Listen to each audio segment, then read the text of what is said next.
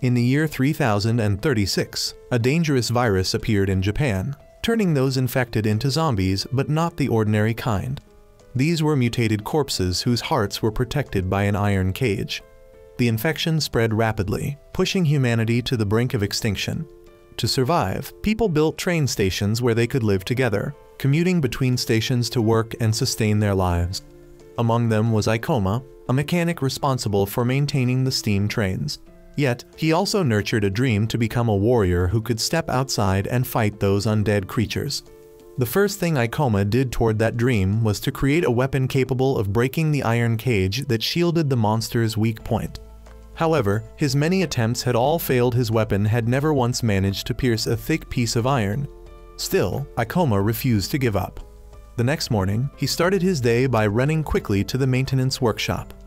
There, he met and worked with his best friend, who asked how the weapon's development was going. Ikoma explained that the gun's firing power was insufficient. He didn't want to use ordinary bullets, as that would make him no different from the other warriors outside. Ikoma prioritized armor-piercing ammunition. His friend suggested adding explosives to enhance the gun's resonance. Hearing that, Ikoma felt enlightened so much that he almost wanted to quit work early and rush home to continue building it. Suddenly, Lady Iam of the Yomakawa family came to the workshop. She was looking for someone to repair her father's steam gun, and Ikoma was called to inspect it. Although slightly irritated, he still agreed to help. As he examined the gun, Iam noticed his determined expression and asked if he intended to become a warrior. Ikoma simply replied that he just didn't want to run away like a coward. He then asked the lady who she planned to aim that weapon at, but before she could answer, an announcement came: the Kotsujo train was arriving. Everyone was surprised, as it was a day earlier than expected. A drawbridge was lowered to allow the train to enter, releasing waves of hot steam as it rolled in, its exterior stained with blood. It likely had encountered a horde of zombies before arriving.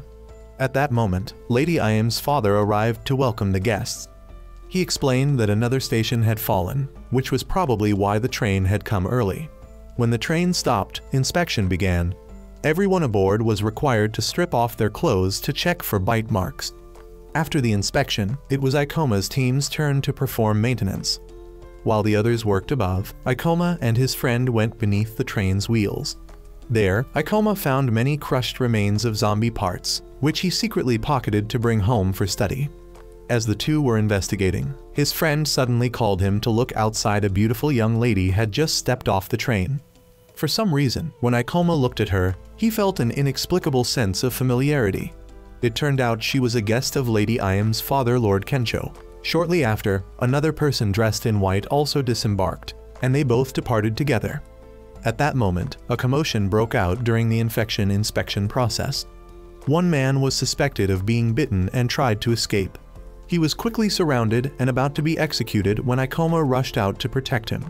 Ikoma insisted that the man was not infected, and even if he had been bitten, he should be quarantined for 3 days to observe for symptoms. Of course, no one cared to listen to a lowly worker like him. Instead, the soldiers turned on Ikoma, beating him for daring to speak out. During the scuffle, a few zombie remains accidentally fell out of Ikoma's pocket, making the soldiers suspect him as well. The accused man took advantage of the chaos and tried to flee, but was immediately shot dead. His blood was red, proving he wasn't infected. Ikoma was furious that no one had listened to him. Then, Lord Kensho appeared, ordered his men to beat Ikoma again, and had him imprisoned under 3 days of surveillance. That night, as Ikoma tried to find a way to escape, the girl from earlier came to see him. She introduced herself as Mei, a name her brother had given her, which she cherished deeply. Curious, Mei asked why Ikoma had been so sure that the man wasn't a zombie. Ikoma simply replied that he couldn't stand by and watch an innocent person die. Mei said that it was normal for humans to fear the infected. Ikoma countered, asking, "So if people are too afraid, does that make killing others normal too?" Ikoma believed that no matter the circumstances, one must never lose their humanity. At that moment, another train arrived. However, this time they were too careless and opened the bridge too early. The train was carrying a horde of the undead that rushed in at full speed. By the time they realized it, it was already too late. The bridge couldn't be closed in time, and the entire train full of corpses burst straight into the city. Naturally, the monsters flooded out like a tidal wave, attacking the townspeople as warning bells rang throughout the city. Amid the chaos, Ikoma seized the chance to escape. He ran as fast as he could back home to grab his weapon. The sounds of desperate screams mixed with roaring flames created a horrific spectacle.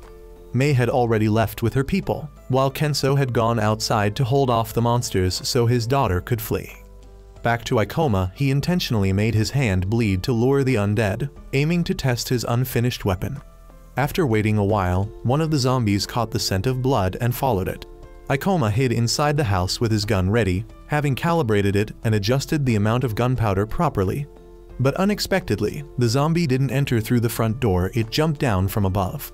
Even so, Ikoma managed to react in time and successfully shot through its heart. He cheered in excitement over his success, but his joy lasted less than 5 seconds before he realized he had been bitten. Meanwhile, Mei's companion had also been bitten. The man urged the lady to go to Kongakaku and await the young master's orders. Mei then departed but soon encountered a zombie from the western regions. Ikoma, on the other hand, refused to accept his fate as a mere zombie.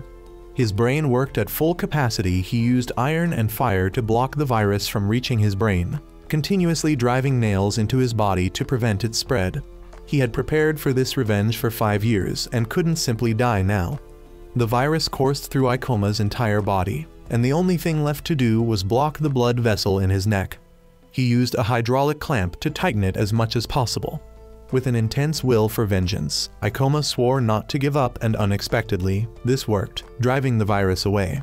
As for Mei, the zombie rushed at her like a raging bull, but without hesitation, she delivered a kick that sent the creature's head flying, her sandal even sticking to a nearby pillar from the force. A few hours later, Ikoma regained consciousness and rejoiced that he hadn't turned into a monster. At that moment, his friend rushed in looking for him, and Ikoma happily told him that his weapon worked. The two celebrated together. Overwhelmed with excitement, Ikoma blurted out that he had been bitten yet hadn't transformed. He suggested they could study this phenomenon. Meanwhile, Mei had reached the shelter and was mapping a route to the train to escape. Outside, Lady Ayam and her warriors were battling the undead swarming the walls. Everyone was preparing to evacuate, but she told them to wait for her father's signal. However, they refused to die there and wanted to leave immediately. Mei then appeared, saying she needed someone to drive the train so she could depart with them. A girl stepped forward to volunteer. Once she had what she needed, Mei charged straight into the horde of the undead to clear a path. She grabbed one of their heads to enrage the entire swarm into chasing her, then sprinted into the city to use the terrain to her advantage. Her weapon was a pair of pistols, though not powerful enough to pierce a monster's heart in one shot, so she often pinned them against iron rods to finish them off. In just 100 seconds, Mei had cleared out the horde. The citizens followed the path she opened and boarded the train. Ikoma and his friend also made their way to the train by another route, but when they arrived, guards stopped them for inspection. His friend panicked, realizing no one would believe Ikoma's story. Just then, 2 monsters appeared, throwing everyone into panic. Ikoma planned to use this chance to kill them and prove himself, but Mei suddenly showed up and took them both down effortlessly. Ikoma was stunned by her strength. When she finished, exhaustion began to overwhelm her. She stopped for a moment before Ikoma, sensing something strange about him, but she let it pass when Ayam's group arrived. Soon after, everyone boarded the train, preparing to depart. Ayam used the key she had brought to start the engine, while Mei, drained from battle, slipped away to rest in a corner. However, just as the train was about to leave, the monsters swarmed in again and surrounded it. When the monsters reached Ikoma's place, one of them had already broken in. Without hesitation, he used his gun to take it down. However, everyone became terrified when Ikoma accidentally revealed that he had been infected. While he was trying to explain, the same soldier who had shot him before appeared once again. Without a moment's thought, the man shot Ikoma dead, then immediately ordered the train to depart. Yet when they reached the gate, it was jammed and wouldn't lower. The only option left was to manually pull the lever. The soldier from before volunteered to go down and sacrifice himself. But at that moment, someone saw a lone figure walking among the monsters. It was none other than Ikoma. He was proving that he was not a monster. Dragging his battered body, Ikoma struggled toward the lever, killing every creature that blocked his path just to show that he still had his humanity. Ikoma finally managed to pull the lever, lowering the gate, and the train began to move as he cried in despair.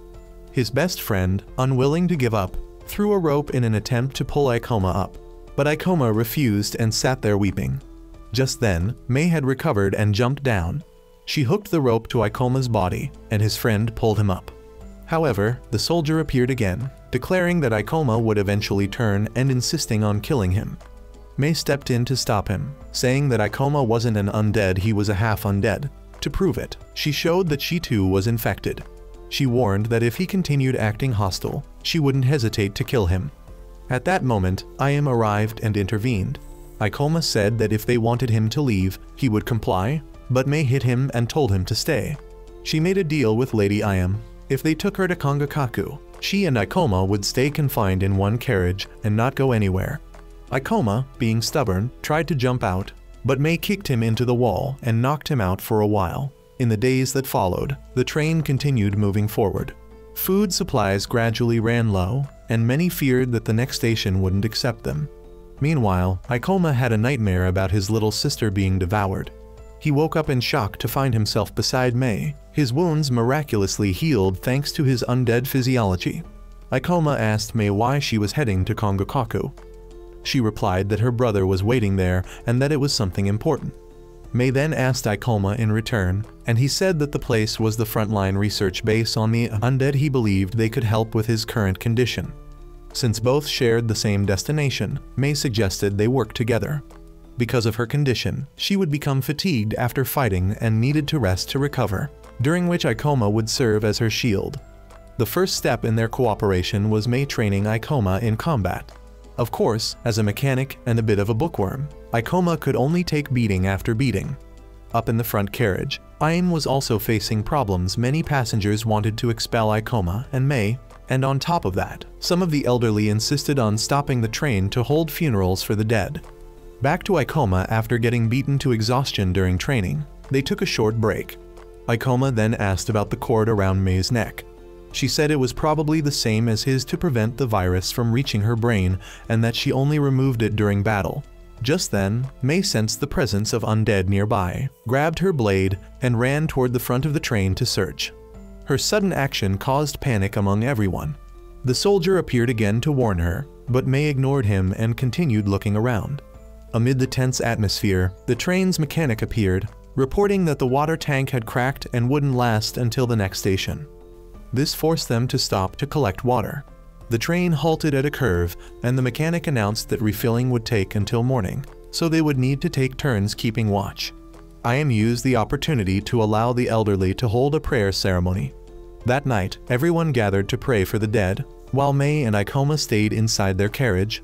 They shared stories and realized they had both lost their families to the undead, so neither felt the need to pray. Mei curiously asked about the object Ikoma always held in his hand. He showed her a small river stone he and his sister had picked up when they were children. In fact, there were 2 stones. The siblings had split them as charms to protect each other. Ikoma then recalled that 5 years ago, monsters had broken through the station where the 2 of them lived. Adults fled in terror, leaving the children behind, and he lost his little sister in that instant. At that time he had been afraid and ran like a coward. When he returned, his sister had become one of them. Ikoma wept as he apologized and was forced to put his sister down himself. Ikoma remembered that moment. Even if they died, he should have conquered his fear and fought. Now, no matter how much he hated himself, he could not bring his sister back. After hearing this, Mei dismissed it as an ordinary story, because in the current world, the weak die and the strong survive. That was painfully obvious. Just then Ayam approached. Mei sensed a few people outside who wanted to kill her and said she wouldn't hesitate to kill them. She rushed out ready to fight, but Ayam stopped her, so Mei turned away. Ayam then answered Ikoma's earlier question about who she would point the gun at, as someone responsible for the people. She had drawn a knife and stabbed Ikoma. She asked why he did not resist. Ikoma refused because he had already sworn not to run. Even if he could save himself, he would not sacrifice anyone else. Her enemy was the monsters outside, not him. Therefore he must not die. He must live, live to kill, live to avenge. After Ikoma's declaration, those who wanted to kill him fell silent. They accepted that he was not their enemy and left.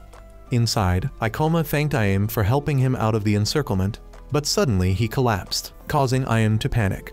She saw his wounds weren't healing and hurried to give first aid, but his eyes had already turned a murky red.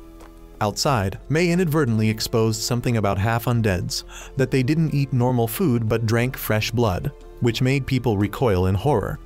But Mei had only been hunting a hidden undead she'd sensed since morning, and it appeared by the fire. Without hesitation, she lunged and killed the monster. Someone shouted that she was pregnant, surprising Mei. Inside the train, Ikoma had pinned Ayame down in an attack. As he was about to bite her, the soldier Kiryu appeared and stopped him. Thanks to that blow, Ikoma came to his senses. Kiryu, furious, assumed Ikoma had turned and intended to deal with him, but Mei entered to announce that the undead were approaching. Outside, the monsters began to swarm and attack, forcing the train to depart even though it was still unrepaired. Mei wanted to go out and fight, but the warriors refused, fearing she and Ikoma might turn on them. Not long after things calmed, the incidents Ayame's assault and Mei's episode caused the people to lose faith and distrust the half-undead. They no longer wished to live in fear and turned against Ayame, believing she was no longer fit to lead. She admitted it and relinquished command to a civilian ringleader. Once in power, he ordered the train to head straight up the mountain because it was the quickest route to Kongakaku. The guards protecting Ikoma like his friend and the girl were pushed back to the last carriage with Mei and Ikoma. Fortunately, his friend Kurama still managed to bring Ikoma's weapon to them, because he knew his friend would refuse to be ordered around. At that time Mei was hungry and considered eating the girl accompanying Kurama.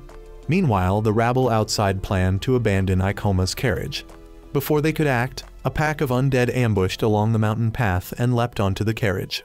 They were led by an undead who had practiced swordsmanship in life, wielding twin blades and slashing the people with ease.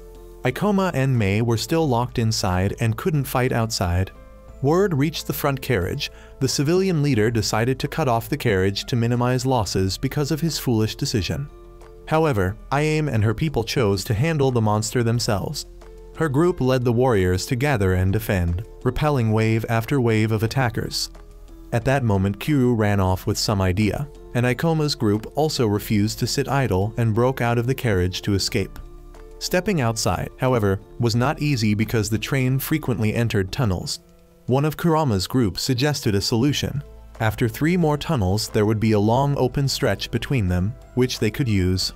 Back with Ayame's group, one of her members had been bitten. That man decided to carry out a suicide bombing, dragging along many undead with him, but even that did not reduce their numbers. At that moment, Kiryu returned. This time he carried a katana and fought like a true swordsman. After dealing with the lesser monsters, the undead swordsman crept back to the scene. Naturally, with its superior physique, it pressed Kiryu from the start of the fight to the end. At one point, Kiryu managed to shove it to the edge of the carriage and thrust his blade into its heart, but the creature's body was so tough the sword broke. To Kiryu's shock, it slashed back across his abdomen and he was gravely wounded. Seeing this, everyone opened fire to force the monster to retreat and rushed to drag Kiryu to safety. The situation was extremely dire. Mei and Ikoma were also rushing toward the front carriage, but after fighting for a while, Mei grew exhausted and hungry and had to yield the fight to Ikoma.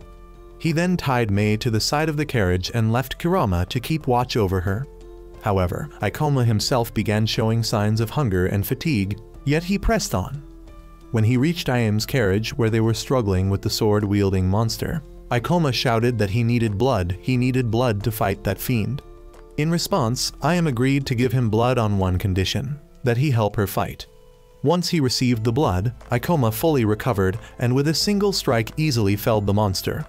Everyone's attitude changed and they cheered in victory.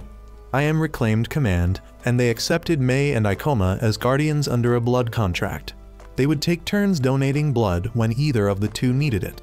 The train then continued straight toward Kongakaku. In the days that followed, Ikoma worked with the machinists to upgrade weapons for the warriors. He developed a rocket-propelled round capable of piercing a zombie's thorax, and he plated sword blades with the metal taken from around the monster's hearts so the swords would be more durable. Mei, meanwhile, integrated with the populace, often mediating disputes and earning their trust. Suddenly, the train braked sharply. An announcement said Yashiro Station was not responding. But smoke signals were seen, meaning it had not yet been overrun by the undead and survivors might remain. I am ordered everyone to prepare for a rescue. After inspecting the station, they found a watchtower had fallen across the tracks and they could not pass. If they turned back and took the Nagi Mountain Pass via Ishikoki Station, it would cost an extra 10 days, and their food would not last. They had intended to resupply here, but now had to take in refugees. According to the locals, 3 days earlier a black smoke swept through, seeping through walls and turning everything into hell. At that point, May met an acquaintance among the refugees, and the two slipped outside to talk. He recounted that 20 days ago, the shogunate had stockpiled weapons not to fight the undead, but to kill people. He asked May to report this suspicious activity to the young master, and offered his help if needed. He also warned May to be cautious in her actions, otherwise she too would be discarded by the young master like he had been. Do your duty while you are still human. In the strategy meeting, Ikoma proposed that if they reached the boiler room at the center of the station and fired it up, the central steam mechanism would operate and they could use it to clear the fallen tower from the tracks and proceed.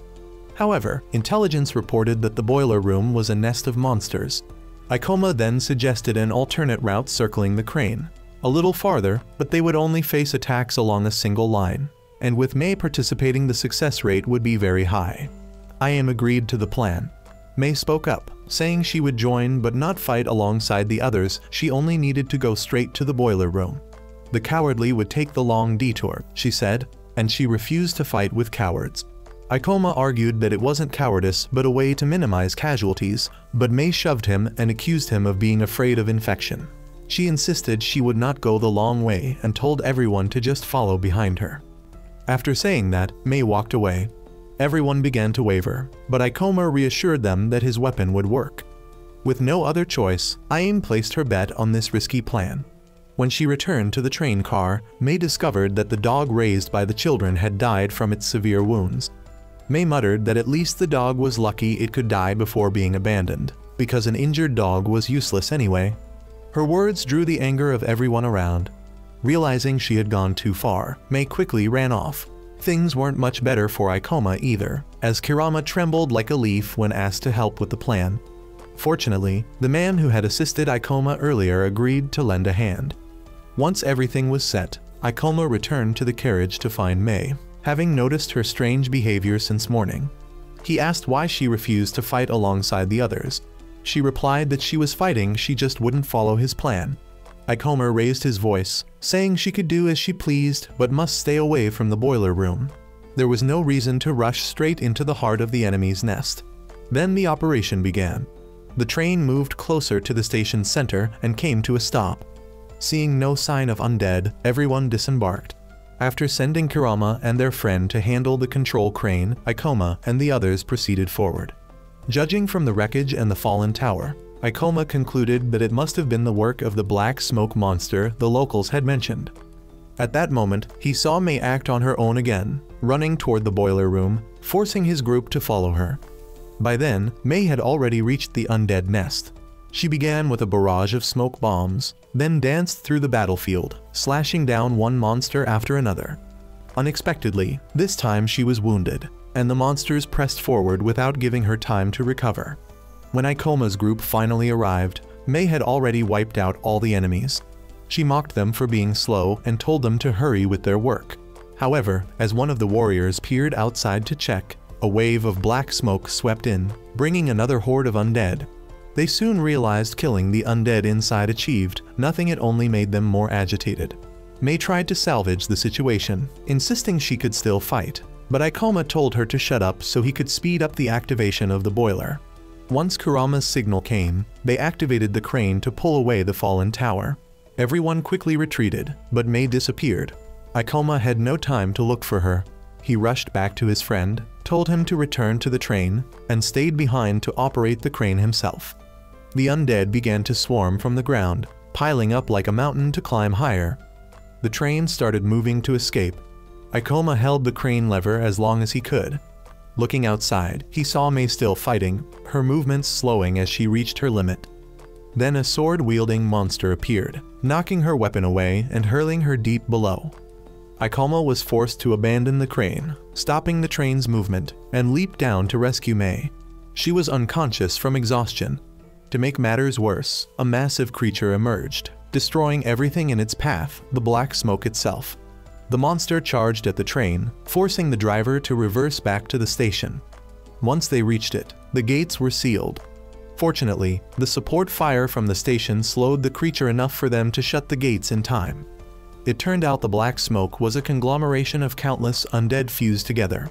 In her dreams, Mei relived the moment her comrades were slaughtered while she could do nothing, a memory that had haunted her ever since. She woke up to find herself trapped under rubble. Ikoma soon arrived and, seeing her pain, tried to free her. Mei blamed herself for the failure of the plan. Ikoma agreed it was her fault, but also his, since he had abandoned the crane lever when she fell. Both had failed equally. He guessed the others must be deeply disappointed in them, so they could not die there, yet they had to get out and help the others. Meanwhile, Ayame and her people considered retreating through Mount Nagi since they couldn't get past the monster, but the driver argued it was impossible if the creature decided to chase them. Someone spoke up, saying that when the monster rammed its head into the gate earlier, most of the horde had been scattered, so maybe, if they tried, they could make it through. Besides, since the crane tower had only been half cleared, they could take the risk if they were willing to accept a bit of damage to the train. Kurama asked about the two people left behind. Naturally, everyone agreed to abandon them. One had acted recklessly, and the other had abandoned the mission midway, endangering everyone. They would simply have to face the consequences of their own choices. Deep underground, Ikoma was struggling desperately, but could barely save Mei. She told him to leave her behind. The weak always die. That's just how it is. Ikoma asked her in return, then when do the weak ever become strong? He gathered everything he could find around them and built a makeshift pulley system. Even if Mei had given up, he hadn't. But the rope of Ikoma's device soon snapped from overload. At that moment, Mei's body began reacting. She had reached her limit and was on the verge of turning into a full zombie.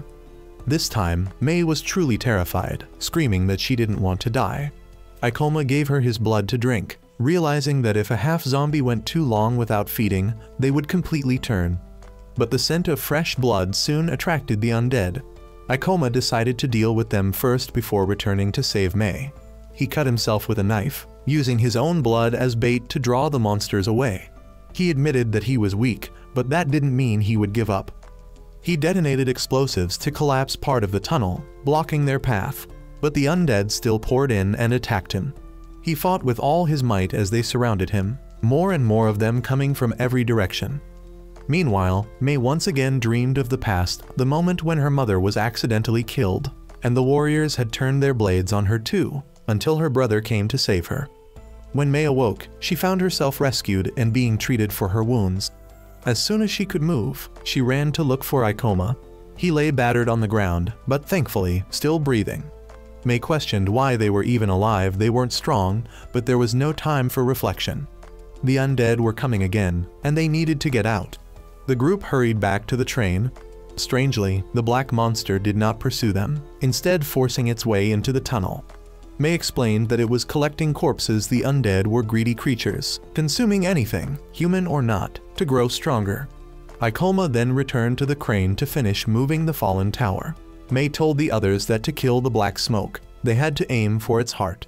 Someone suggested using the train's 48-pound cannon to destroy it, but Mei said that wouldn't be enough. The undead would shield it. Her strategy was to use the cannon to expose the heart first. Once revealed, they would strike. She would take responsibility for the finishing blow, as she had recovered enough to fight. When Ikoma finished, the train began to move again. The monster, having absorbed enough bodies, resumed its chase.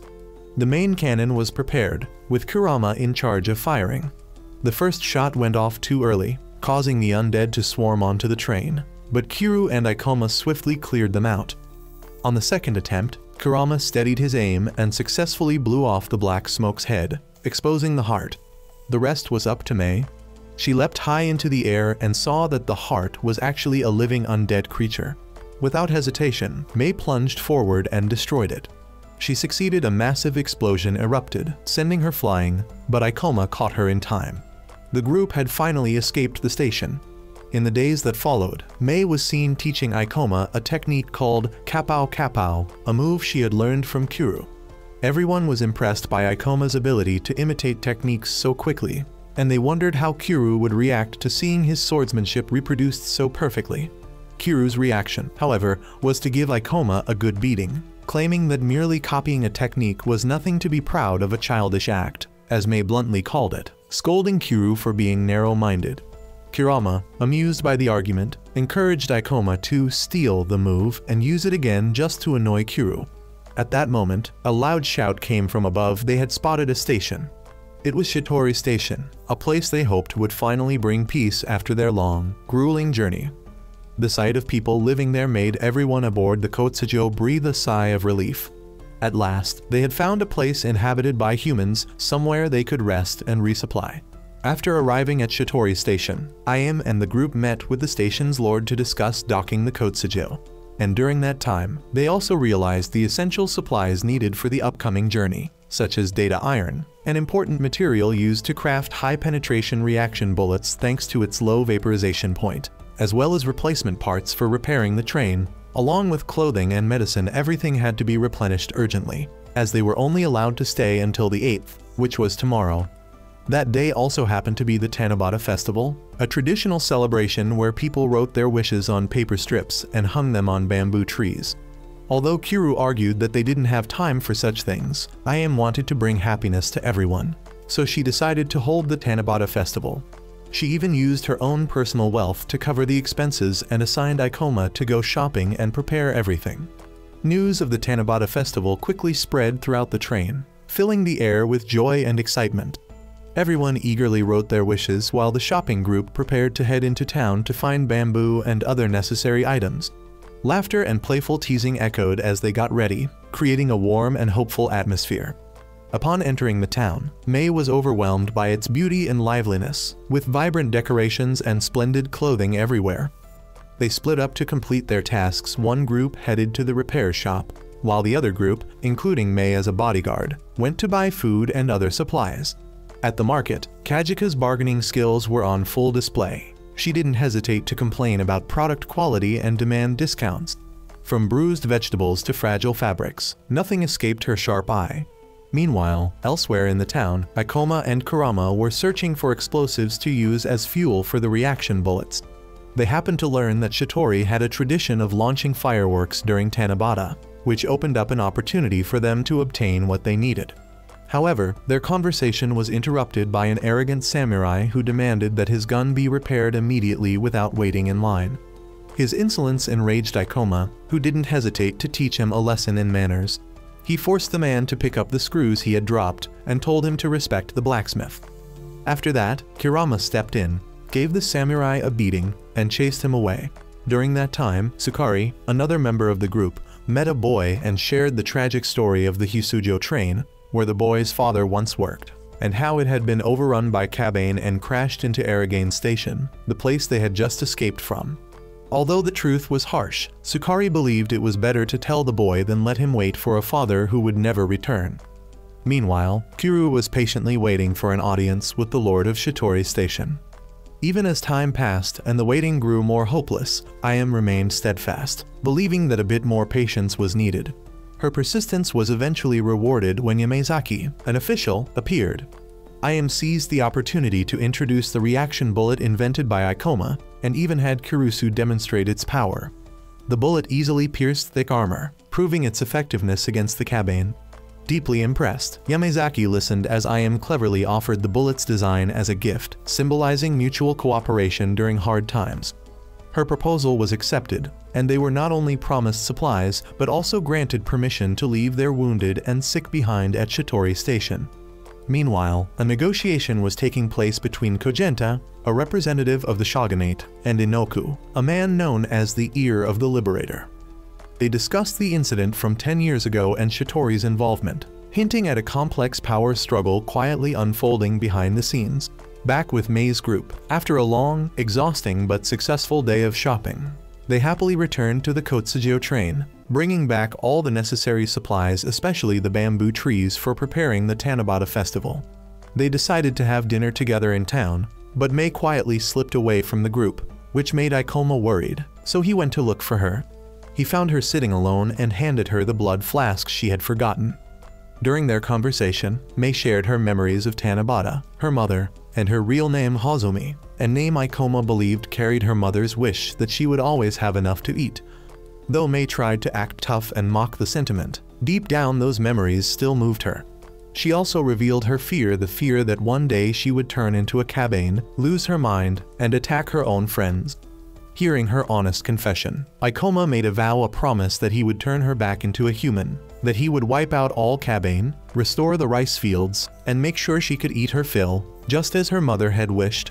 It was a seemingly insane and impossible promise, but it carried all of Ikoma's determination and feelings for her, and that promise touched Mei's heart, giving her a glimmer of hope and renewed faith in the future.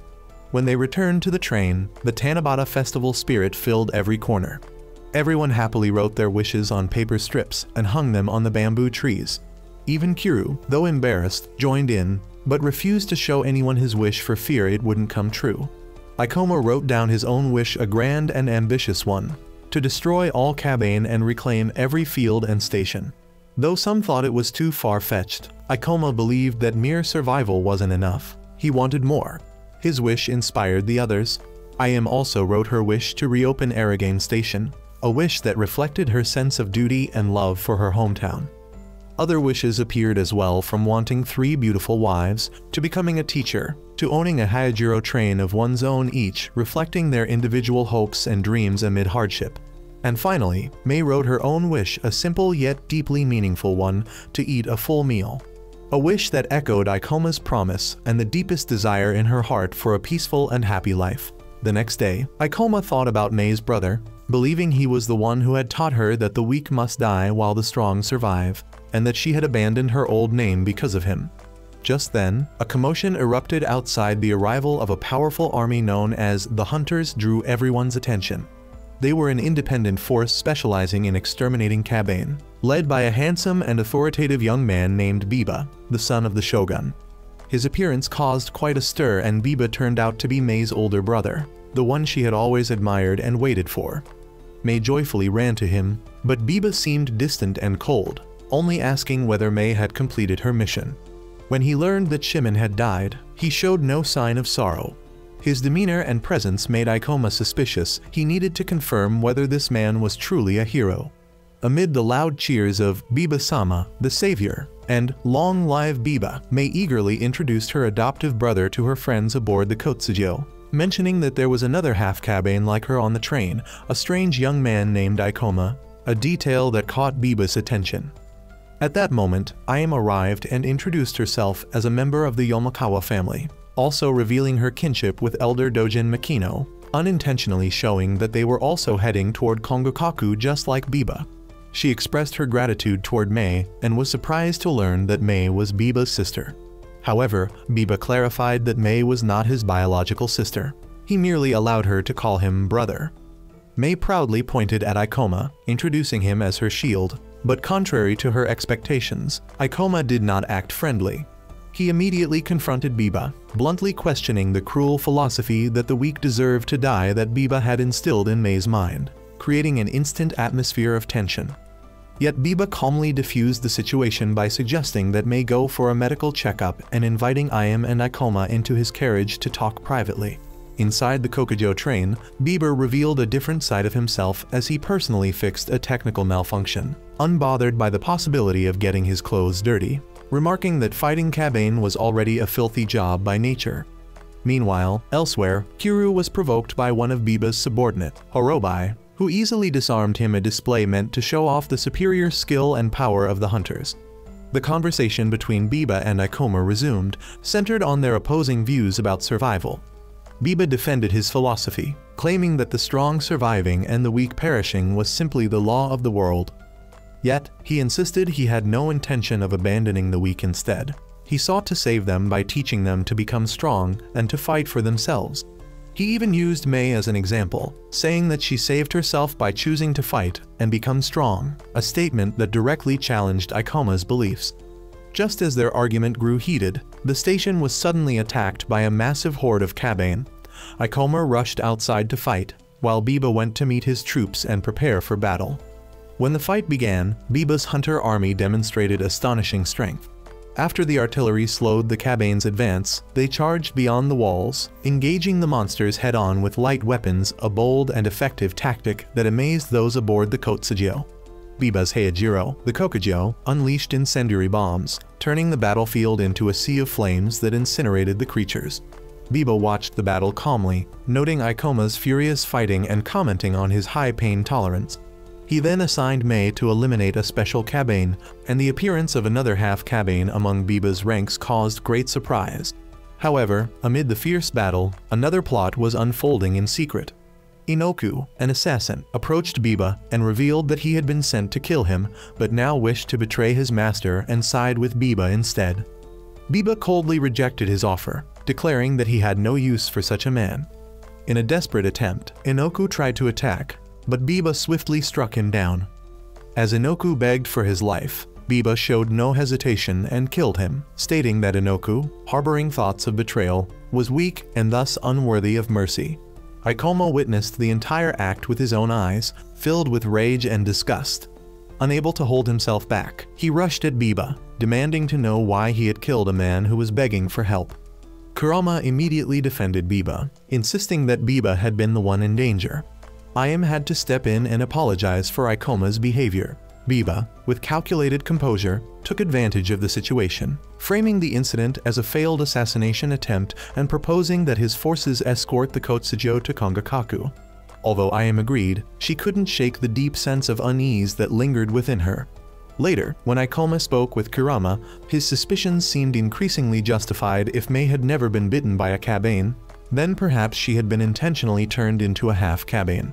Painful memories from Mei's past suddenly resurfaced, the image of her brother saving her after their mother's death, but at the same time planting in her the cruel belief that her mother's weakness had led to her demise, and that in order to survive, she had to become strong and never rely on anyone again.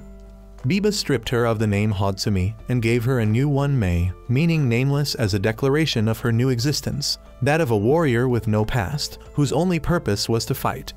Returning to the present, Biba assigned Mei a new mission, to obtain the master key of the Kotsujo from Ayam. He skillfully provoked Mei's pride by asking whether Ayam was stronger than her, a question that struck directly at her desire to prove herself and gain her brother's recognition. Meanwhile, Biba's conspiracy was becoming increasingly apparent. He confronted Hiratsuka, who had been involved in the assassination attempt, and forced him to reveal the mastermind behind it. The truth about the betrayal 10 years ago, when Biba's army had been abandoned to die at the hands of the shogun, was finally exposed. At the same time, Ikoma and the others discovered an even more horrifying fact. Biba was transporting a large number of Kabane on his train, the Kokujo. Mei then went to meet Ayam to demand the key. When Ayam hesitated, Mei became aggressive, convinced that she could easily overpower the weak Ayam. However, Yukina cleverly intervened, handing Mei a fake key to ease the situation. Yet, Biba quickly discovered the deception and realized that the people aboard the Kotsujo still did not fully trust him. At that moment, Ikoma went to the cargo carriage filled with Kabane and confronted Mei. He told her what he had found, and Mei admitted that she was aware of it, but believed it was for the purpose of studying the enemy. When Ikoma pressed her, asking whether she had been turned into a half Kabane through that very technology, Mei broke down in tears and confessed that she had personally asked her brother to do it, because she wanted to become stronger and refused to be weak like her mother. A heated argument erupted between them. Ikoma called Biba a coward who killed others only to conceal his own fear, while Mei stubbornly defended her brother, insisting that he was right and that liars like Ikoma would never understand their philosophy. Mei's bitter words deepened the wound in Ikoma's heart. He silently walked away, with only one image lingering in his mind, the smile Biba wore when he killed Inoku. A smile devoid of fear or remorse, filled only with satisfaction and cruelty. Ikoma finally understood that Biba was no hero, he was a demon. When the train approached Iwado Station, the final checkpoint before reaching Kongakaku, they were suddenly ordered to stop by the local samurai, under a direct command from Kongakaku itself, forbidding Biba's Karikatashu army from passing through. This clearly showed the shogun's fear of Biba and his growing power. Yet Biba seemed to have anticipated this situation and was fully prepared. While everyone on the Kotsujo felt somewhat relieved, thinking they might finally escape Biba's control, Ikoma grew worried for Mei, who remained by Biba's side. Ayam shared this concern, believing Mei should not stay in such a dangerous place, and Ikoma promised he would bring her back. Meanwhile, Biba had devised a secret plan. He explained to Mei and Horobai that this plan would bring happiness to everyone, and to succeed, he needed their help. Lord Mida of Iwado agreed to a meeting, but imposed a condition: only women and children would be allowed to accompany them, a condition Biba had foreseen and intended to exploit for his scheme. With the intuition of someone about to face death, Horobai questioned Biba, asking whether he planned to sacrifice her for Mei's return, and whether she was destined to die that very day. Meanwhile, during the meeting, Lord Mida expressed regret for his harsh condition, but explained that it was the only way to arrange a secret meeting with Biba, who was said to want to discuss the issue of food supplies. Mida believed that Biba had long since put aside his grudge against the shogun, since he had spent the past 10 years fighting the Kabane for the sake of humanity. This blind faith allowed Biba's plan to unfold perfectly. Elsewhere, as Mei waited for the moment to act, she mocked the guards, claiming they could never stop them, but Biba immediately warned her not to be overconfident, because death always came unexpectedly, a warning that seemed to foreshadow Horobai's fate. The meeting finally took place. Biba, with his composed and courteous demeanor, introduced himself, while one of Mida's subordinates, Itagaki, remained wary and pointed his gun at him. Biba cleverly used Mei as a distraction when she suddenly asked to go to the restroom, creating the perfect opportunity for her to move into position. Once she was ready, Mei mercilessly attacked the guards and lowered the drawbridge, opening the way for Biba's train, the Kokujo, to enter the station. Her actions triggered utter chaos as Biba released the Kabane he had been transporting, turning the station into a living hell. In despair, Mida confronted Biba, only to receive a cold declaration that it was the shogun who had betrayed Biba first. Meanwhile, innocent civilians suffered the horrific consequences of the massacre. Amid the chaos, Ikoma faced a dire situation when the group became trapped and separated. Though he desperately wanted to chase after Mei and bring her back, he was urged to prioritize survival and return to the others. Kirusu went searching for Ayami, who was still trapped elsewhere. When Mei witnessed the catastrophe she had helped cause, she was overcome with guilt and fear, but upon seeing a child in danger, she didn't hesitate to risk her life to save them. Meanwhile, Biba approached Ayam and invited her onto his train, claiming he wanted to treat her friend. The other survivors, in their panic, scrambled onto an unmanned train to escape, unaware that they were walking straight into an even deadlier trap. On board the Kokujo, Horobai, the loyal half-Kabane woman, was used as a sacrifice to create a monstrous being, the Black Cloud, known as Nu, an artificial hybrid weapon with a half-Kabane at its core, designed by Biba as a tool of mass destruction to execute his vengeance.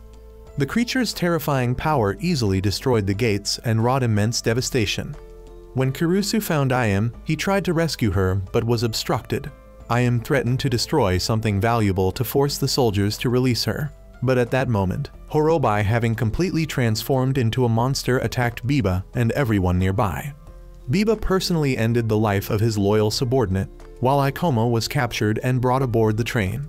He was restrained by Biba's men, who extracted his blood and warned him that they only cared about his blood and would not hesitate to kill him if he resisted.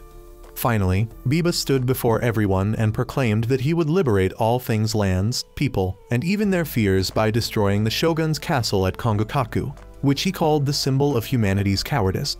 As cries of liberation echoed through the air, Mei was struck by a devastating realization.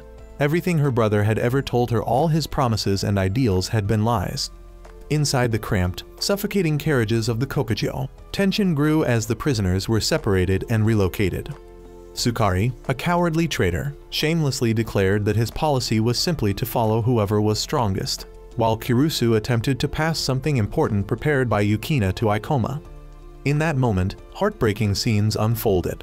A man begged for mercy for his wife, volunteering to give his own blood in her place, even offering enough for 4 people just to save her life. But his act of love was mocked and humiliated by Warabi, who took cruel pleasure in belittling him. Even an overweight woman became the target of his bullying.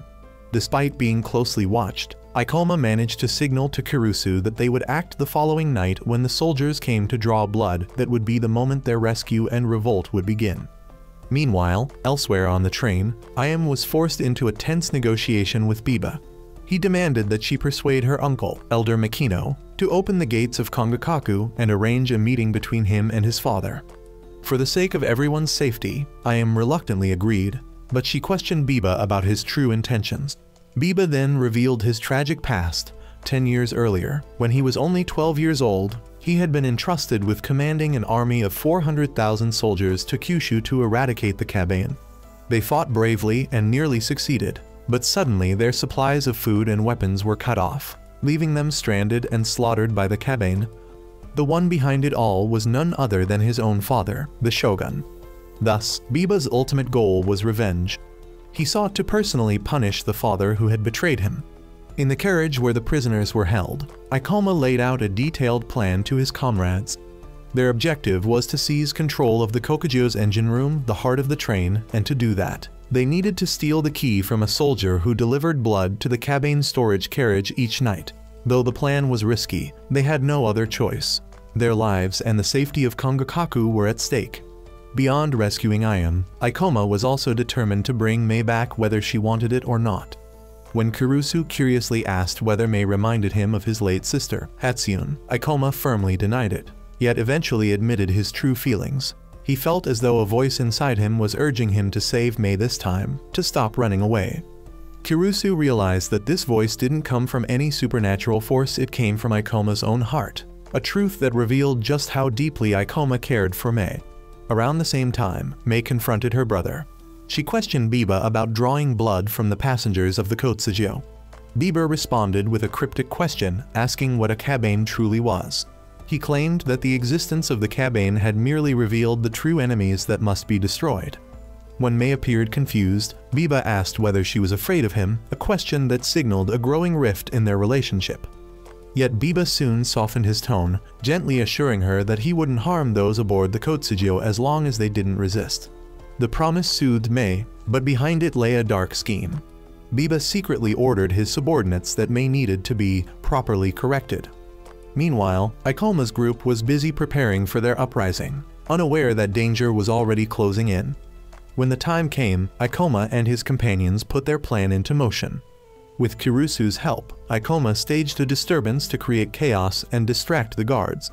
After stealing the keys, Kurusu quickly unlocked the prisoners' cells, and together they launched their revolt, catching everyone by surprise. Sukari nearly became the first to be beaten before Ikoma stopped them, explaining that he had been their informant. When Warabi tried to attack Ikoma, Kurusu intervened and struck him down. However, as Ikoma and Kurusu advanced toward the engine room, they fell into a trap. Biba had already anticipated their plan and switched the keys, preventing them from entering. When Kurusu threw himself in front of Ikoma to shield him from gunfire, he was struck down, sacrificing his life heroically. Biba then appeared and mocked Ikoma, asking how it felt to lose his best friend, a question that ignited an overwhelming fury within Ikoma. In her desperation, Mei tried to resist her brother. She refused to kill Ikoma, declaring that she wanted to stay with her friends aboard the Kotsugyo and live in a world without the undead, where she could eat her fill every day. However, Biba did not accept her defiance. He ordered his subordinates to seize her and inject her with a serum one that seemed capable of controlling the mind, driving her into madness and making her blindly obey his commands. As Ikoma, consumed by grief over Kurama's death, rushed to attack Biba, Mei, under Biba's control, turned around and plunged her blade into Ikoma's heart, a merciless act that pushed the tragedy to its peak. With a satisfied smile, Biba praised her as "my Mei," while Ikoma, disbelief filling his fading eyes, collapsed, leaving behind a future shrouded in sorrow and uncertainty. In the mournful carriage, everyone held Kurama's body close, weeping in anguish as Biba's soldiers arrived, showing no respect. Unable to contain their rage, one of them screamed in fury, daring the soldiers to kill everyone, a cry of pure wrath and despair.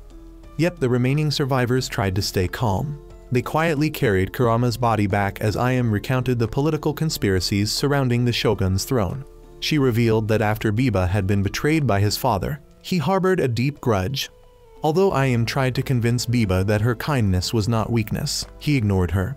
He declared that he would destroy his cowardly father's fortress and that Mei's sharp claws would bring the end to it all. Meanwhile, at Kongakaku, Elder Makino was attempting to reassure the citizens amid the news of Biba's rebellion.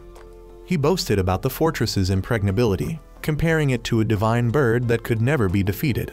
But behind his bold words lay the concealment of a dangerous truth. Makino knew about the black smoke monster that Biba had created but chose to keep it secret, fearing that the revelation would spark unnecessary panic. That fatal decision planted the seeds of an even greater catastrophe. Back with Ikoma, he was drowning in grief and despair, blaming himself for Kurama's death and believing that all the tragedy stemmed from his actions. He even thought that Mei had become miserable after meeting him, and that he had failed to keep his promise to turn her back into a human. The pain and guilt nearly crushed his will to fight. At that moment, Bikotsujo, now under Biba's control, suddenly appeared at Kangakaku. I am forced to act according to Biba's script, announced that she had captured Biba and demanded permission to let her people enter the city. Although Makino had some doubts, he still agreed, allowing Iam and Biba to meet the shogun, while the others were detained under Kangakaku's strict inspection procedures. Around the same time, Ikoma encountered Kurusu, who had escaped Biba's grasp. When Kurusu learned what had happened, he was furious and berated Ikoma as a coward who had run away. But at that moment, one of Biba's captured subordinates, held by Kurusu, recognized Ikoma as a feral half-undead and noticed the wound on his chest, the one inflicted by Mei. Afterward, Kurusu made his decision. He would continue fighting, no matter how broken Ikoma had become. In the main hall of the castle, the fateful meeting between Biba and his father finally took place. Biba returned the only memento his father had ever given him, as a reminder of the past, and then begged his father to end his life with his own hands. Biba then began to sow doubt and fear among those present, claiming that he could distinguish the undead hidden among the crowd, and immediately pointed to one man, falsely accusing him of being one of the undead, plunging the hall into chaos and suspicion. In the end, it was the shogun himself who killed the man he believed to be an undead. And when Biba revealed that the shogun had already been turned into one, chaos erupted. People began attacking each other, and though Iam tried to stop them, she was powerless. With a cruel smile, Biba revealed his entire plan. He had used a toxin to turn the shogun into an undead, and then unleashed the undead he had brought with him into the city, turning Kangakaku into a living hell. In his desperation, Makino tried to fight back, but was brutally slain by Biba's own subordinates. Meanwhile, Ikoma was still drowning in despair until the old prisoner revealed the horrifying truth. Mei was going to be transformed into a new, and the only way to save her was to inject white plasma directly into her heart. The old man also explained that the wound Mei had inflicted on Ikoma, though severe, had not been fatal, a sign that part of her humanity still remained and that she had intentionally spared his life. This truth reignited the fire of hope within Ikoma. He decided not to give up and demanded that the old man inject him with black plasma, a substance that stimulated the undead virus and amplified its power. Though he knew it would burn through his life in a short time, Ikoma didn't hesitate, for his only goal now was to kill Biba and save Mei. In that moment, as the power of the undead surged through his body, Ikoma became the man he could be proud of, a hero willing to sacrifice everything to protect what he loved. By then, Mei had already been injected with the serum by Biba and was beginning to transform. In his monstrous and temporarily deranged state, Ikoma faced a fierce battle within himself. When Kurusu saw him in that condition, he didn't hesitate to remind him of his vow to kill Ikoma if he ever fully turned into an undead. Meanwhile, the old prisoner revealed another grim truth about the plasma.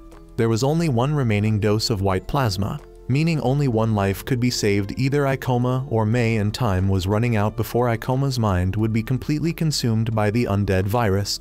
At Kangakaku, Iam was facing chaos and panic among the terrified citizens. They blamed her and the refugees for bringing disaster upon them, but Iam stood firm and bravely declared that their true enemy was not the suffering people before them, but the fear and doubt within their own hearts.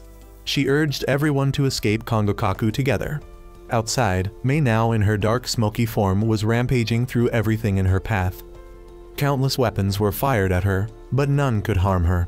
Inside her mind, countless red butterflies, symbols of all those who had died, fluttered around.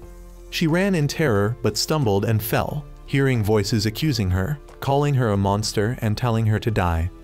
The fear overwhelmed her, and the creature outside grew even more violent. One of Biba's subordinates reported that Mei would reach the fortress tower in about 30 minutes and ordered everyone to regroup in Sector 13 for extraction, but then suddenly froze. He had seen Ikoma. Ikoma, now like a starving beast, was tracking Biba by scent, killing anyone who stood in his way. Even Biba was shaken when he sensed Ikoma's presence. His soldiers moved to attack, but Kirusu appeared and defended him, cutting down waves of soldiers. Ikoma leapt onto the tracks to aid Kirusu.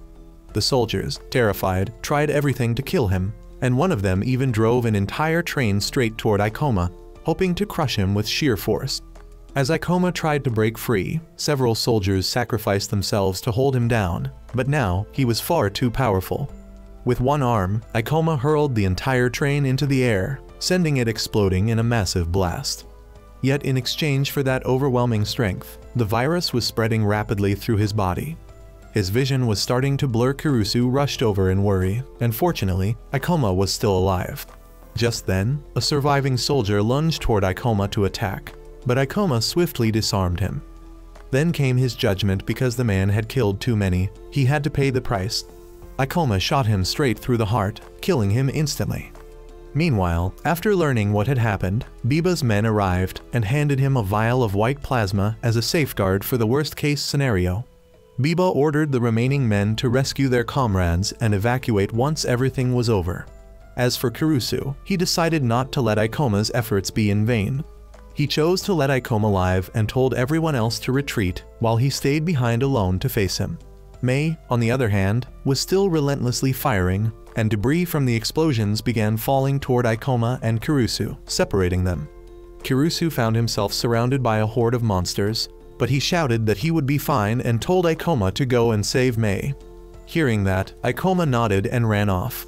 As he ran, he called out Mei's name. Inside her mind, Mei was still tormented by inner conflict, haunted by a voice telling her she had to be strong to survive, that her weakness could never return, that it was gone forever. As she sank deeper into despair, a blue butterfly appeared, the voice of Ikoma calling out to her. She immediately responded to him, and the creature outside suddenly stopped moving and collapsed. Ikoma seized the moment, trying to inject her with the serum, but just then, Biba appeared, ready for their final confrontation. By this time, Ikoma had already reached his limit. His vision was fading. As Biba approached, drawing his sword, he said he had long awaited a fearless soul like Ikoma. The final battle between Ikoma and Biba began, fierce and brutal. Both clashed with all their remaining strength, but exhausted, Ikoma was thrown back. Even so, he forced himself to stand again. Biba, noticing the black veins spreading through Ikoma's body, realized he had used black plasma. He asked whether such a sacrifice was truly worth it. Ikoma answered firmly that it was because he had promised to save Mei and turn her human again. Biba struck, sending Ikoma flying once more, and when Ikoma tried to rise, he was stabbed straight through the chest. Around Mei, the red butterflies reappeared, but amidst the red glow, a single blue butterfly shone brilliantly. It was Ikoma.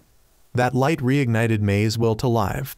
Ikoma, though gravely wounded, had managed to shift the blade so it pierced his shoulder instead of his heart. Roaring in fury, he shouted, "Biba, because of you, I lost my friend." Ikoma snapped Biba's sword and charged at him. Biba managed to counter, breaking Ikoma's arm, making him scream in agony, but Ikoma didn't stop. Once again, he unleashed a surge of power that sent Biba flying. Now, the only thought left in Ikoma's mind was Biba. "I'll kill you," he growled. For the first time, Biba felt fear. But the price of Ikoma's strength finally came. He had completely lost his sight. Biba seized the opportunity and silently approached him, not making a sound. When he got close enough, Mei's voice called out to Ikoma, guiding him. Ikoma turned instantly and fired his gun, blowing off Biba's arm. The warlord collapsed to the ground.